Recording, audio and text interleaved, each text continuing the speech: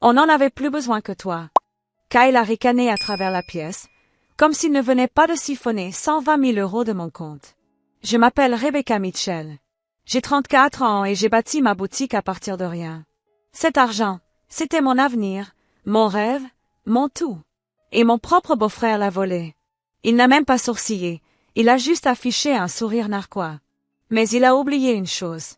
J'ai beau être de la famille, je ne me laisse pas faire. Je l'ai regardé droit dans les yeux et j'ai dit, alors tu ne m'en voudras pas pour ce qui va suivre. 2 heures plus tard, la police défonçait la porte. Avez-vous déjà été trahi par votre propre sang? Dites-le moi dans les commentaires, et n'oubliez pas d'aimer et de vous abonner si vous croyez que le karma est une affaire de famille. En grandissant à Lyon, j'étais la fille responsable. Mes parents tenaient une modeste quincaillerie. Et pendant que ma sœur cadette, Allison, passait son adolescence à courir les fêtes et la popularité, j'économisais chaque euro de mes jobs d'été. Après la fac, j'ai passé 3 ans à trimer dans une chaîne de prêt-à-porter avant de lancer finalement Mitchell Design, ma propre boutique axée sur des vêtements durables et de fabrication locale. J'ai quitté mon emploi stable avec seulement 5 000 € d'économie et un cœur plein d'ambition. Les 2 premières années ont failli me briser. Des journées de 18 heures, des dîners de nouilles instantanées, réinvestir chaque centime. Je vivais modestement pour que mon entreprise puisse survivre. Puis la tragédie a frappé. Un conducteur ivre a grillé un feu rouge et a tué nos 2 parents. Le chagrin m'a dévasté. Je me suis enterrée dans le travail. Allison a abandonné ses études, a erré de petits boulots sans avenir en petits boulots. Quand la succession a été réglée, nous avons chacune reçu 75 000 €. J'ai investi les miens dans mon magasin. Allison, elle, a rencontré Kyle dans un casino et l'a épousé 6 mois plus tard. Je l'ai détesté dès le premier jour. Un beau parleur aux cheveux gominés en arrière, une montre trop voyante et un ton condescendant. La boutique de ta sœur est mignonne, avait-il ricané à leur mariage. Mais l'argent, le vrai, c'est dans l'investissement. Kyle dominait chaque pièce. Et Allison, elle a changé, est devenue plus silencieuse, soumise, vérifiant toujours sa réaction avant de parler. Elle a arrêté d'appeler. Quand je la voyais, elle souriait avec la bouche, mais jamais avec les yeux. Puis est venue la réunion de famille. La maison au bord du lac appartenait à notre famille depuis des générations. Je venais de sécuriser un 2e emplacement pour mon magasin, et les 120 000 € sur mon compte étaient destinés à l'expansion. 5 ans de sang, de sueur et de sacrifices sur le point de porter leurs fruits. Je ne savais pas que les gens que j'appelais ma famille complotaient déjà pour tout me prendre. Je suis arrivée à la maison du lac le vendredi après-midi, le cœur léger d'espoir. Les affaires étaient florissantes. Mon préfournisseur venait d'être validé. La 2e boutique allait enfin devenir réalité. Ma cousine Emma m'a accueilli sur le quai en souriant, mais sa voix a baissé. Allison et Kyle sont arrivés plus tôt. Prépare-toi. À travers la moustiquaire, j'ai entendu la voix de Kyle avant de le voir. Forte, vantarde, parlant d'une opération immobilière d'achat-revente qui doublerait la mise de n'importe qui. Allison m'a accueilli avec une étreinte rapide, m'appelant Becca comme au bon vieux temps, mais ses yeux fuyaient nerveusement vers Kyle. L'entrepreneuse arrive, a-t-il ricané en levant un verre de whisky. Tu vends toujours assez de robes pour payer l'électricité. J'ai souri crispé. En fait, nous nous agrandissons. Je viens de signer le bail en centre-ville.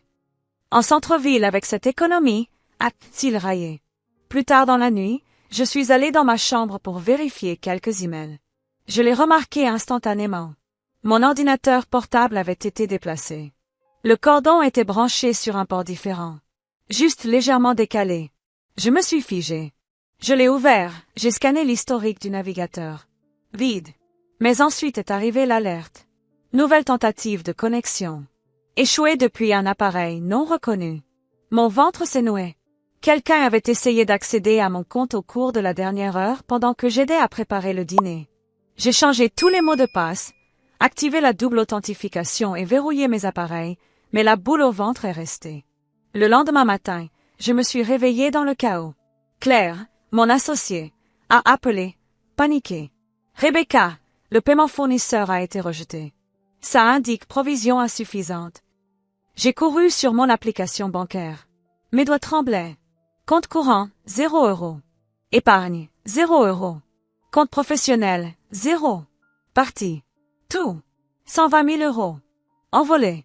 transféré pendant la nuit vers un compte inconnu. Ce n'était pas un bug. Ce n'était pas un piratage externe. C'était quelqu'un à l'intérieur de cette maison. Quelqu'un qui savait exactement ce qu'il faisait. Et le mari de ma sœur était assis dans la cuisine à siroter son café comme si de rien n'était. Mon visage devait être blanc comme un linge quand je suis entrée dans la cuisine. Les conversations se sont arrêtées net. Mon argent a disparu, ai-je dit, la voix sourde. Tout. Oncle Robert s'est levé. Comment ça, disparu? J'ai levé mon téléphone. Plus de 120 000 euros siphonnés cette nuit. Des virements vers un compte que je ne reconnais pas. Halètement, murmure. Emma s'est précipitée à mes côtés. Seules 2 personnes sont restées silencieuses. Allison fixait son café et Kyle, les bras croisés, le visage illisible. « As-tu appelé la banque ?» a chuchoté Emma. « Je l'ai fait. Juste là, sur haut-parleur. » La voix du conseiller était calme. « Clinique. »« Oui, Madame Mitchell. » Plusieurs virements ont eu lieu à partir de 23h42, se terminant à 4h15 depuis un appareil reconnu ici même. Un frisson a parcouru la pièce. Votre mot de passe et vos questions de sécurité ont été saisis correctement. Ça m'a frappé comme un coup de poing. Ce n'était pas juste une fraude. C'était une trahison. Une trahison intime et préméditée. Quelqu'un avait utilisé mon ordinateur, mon réseau, mes accès. Mes yeux se sont braqués sur Kyle. Tu étais près de mon ordinateur hier. Est-ce que tu étais dans ma chambre? Allison a immédiatement pris sa défense. Tu accuses mon mari. Kyle a souri lentement. Ta sœur est paranoïaque. Peut-être que ton associé a mal géré les fonds. Alors montre-nous tes relevés bancaires, l'ai-je mis au défi. Si tu es si stable financièrement. Son sourire narquois a tressailli. Juste assez. Je n'ai rien à te prouver. Ah vraiment? Je me suis avancée. Parce que si tu ne l'avais pas fait, tu crierais plus fort que n'importe qui dans cette pièce. Les mains d'Allison tremblaient maintenant. Elle ne voulait pas me regarder. Kyle a resserré sa prise sur sa taille comme une laisse. Et puis il l'a dit, froidement, avec suffisance. On n'en avait plus besoin que toi. La pièce a explosé. Oncle Robert a crié. Emma a étouffé un cri. Tante Patricia a commencé à pleurer. Pas moi. J'étais déjà en train d'attraper mon sac. Alors tu ne m'en voudras pas pour ce qui va suivre, ai-je dit, ma voix comme de l'acier. À la seconde où j'ai saisi mon téléphone, Kyle a bondi. Tu n'appelles pas la police, a-t-il aboyé en attrapant mon poignet. Oncle Robert s'est interposé entre nous, ferme. Recule, Kyle. Emma m'a tiré derrière elle. Allison a tressailli, le visage pâle. Pas juste effrayé, mais terrifié. Allison, ai-je dit doucement. Qu'est-ce qui se passe vraiment? Elle a ouvert la bouche, mais Kyle l'a coupée. On a fini ici. Prends tes affaires. On part. Vous n'allez nulle part tant que je n'ai pas récupéré chaque centime, ai-je claqué. Ou je jure que je vous fais arrêter avant que vous n'atteigniez l'allée. Kyle a ri. Bonne chance. Cet argent est parti. Déplacé. Enterré. Tu ne le trouveras jamais. C'est là que le grand bruit a secoué la maison. La porte d'entrée s'est ouverte à la volée. Police. Tout le monde reste où il est. 2 agents en uniforme sont entrés, suivis d'une femme en civil montrant son badge. Rebecca Mitchell, a-t-elle demandé. J'ai hoché la tête. Je suis le lieutenant Harmon de la police de Lyon. Nous avons reçu une alerte de fraude liée à vos comptes. Kyle a blêmi. C'est un malentendu. Elle l'a coupé. Nous avons des preuves de l'équipe de cybersécurité de votre banque. Virement, identifiant d'appareil, et votre visage, Monsieur Henderson. Sa bouche est ouverte, mais aucun mot n'est sorti. J'ai sorti mon téléphone. J'ai installé un logiciel de sécurité l'année dernière après une tentative de piratage. Il prend des photos lors des tentatives de connexion, suit les frappes au clavier, et enregistre même l'historique d'accès. J'ai tendu le téléphone à Harmon. Tenez, ai-je dit. Des images claires de Kyle utilisant mon ordinateur. Horodatage, correspondance IP. Vous trouverez tout. Le masque de Kyle est tombé. Tu m'as piégé. Non, ai-je dit calmement. Je me suis protégé. Il y a une différence. Alors que les officiers le menottaient, il a crié à Allison. Tu crois que tu es en sécurité? Tu n'es rien sans moi. Elle s'est avancée, la voix tremblante, mais forte. Je n'étais rien pour toi. Sans toi, je peux enfin redevenir moi-même. Le lieutenant Harmon m'a regardé. Avec autant de preuves, vous récupérerez probablement la majeure partie des fonds volés. Et plus important encore, il ne fera de mal à personne d'autre. Pour la première fois depuis des jours, je me suis permis d'expirer. Ce n'était pas fini, mais j'avais gagné la première bataille. Un mois plus tard, je me tenais dans la douce lumière matinale de ma deuxième boutique. Ouverte, prospère, en sécurité. Mitchell Design avait survécu. Pas parce que j'avais eu de la chance, mais parce que j'étais prête. Parce que j'avais fait confiance à mon instinct. Et parce que j'avais refusé de laisser la trahison me définir. La banque a récupéré 97% des fonds. Le reste a été couvert par l'assurance fraude. Mais l'argent n'a jamais été la plus grande victoire.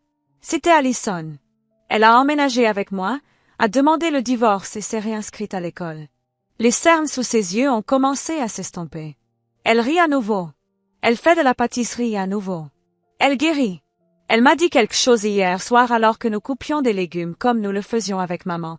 Tu as été courageuse de protéger ce que tu as construit, Becca. Je veux être assez courageuse pour me reconstruire. Et elle l'est. Kyle a plaidé coupable pour fraude, coercition et usurpation d'identité. Il sera en prison pour un long moment. Mais son pouvoir a pris fin le jour où Allison s'est levée et a dit « J'ai fini d'avoir peur ». Le week-end dernier, nous sommes retournés à la maison du lac, non pas pour une réunion, mais pour un nouveau départ. Toute la famille a mis la main à la pâte pour repeindre, réparer et se réapproprier l'espace qui a failli nous briser. Et nous avons établi de nouvelles règles. La vraie famille protège. Elle ne manipule pas. Si vous avez déjà découpé les ponts avec une famille toxique pour protéger ce que vous aimez, je vous vois. Laissez un commentaire si vous avez déjà dit ça suffit. Et si vous rassemblez encore le courage, empruntez un peu du mien. Parce que les liens du sang ne donnent le droit à personne de vous briser. Si cette histoire vous a parlé, les liens du passé sera là pour la prochaine.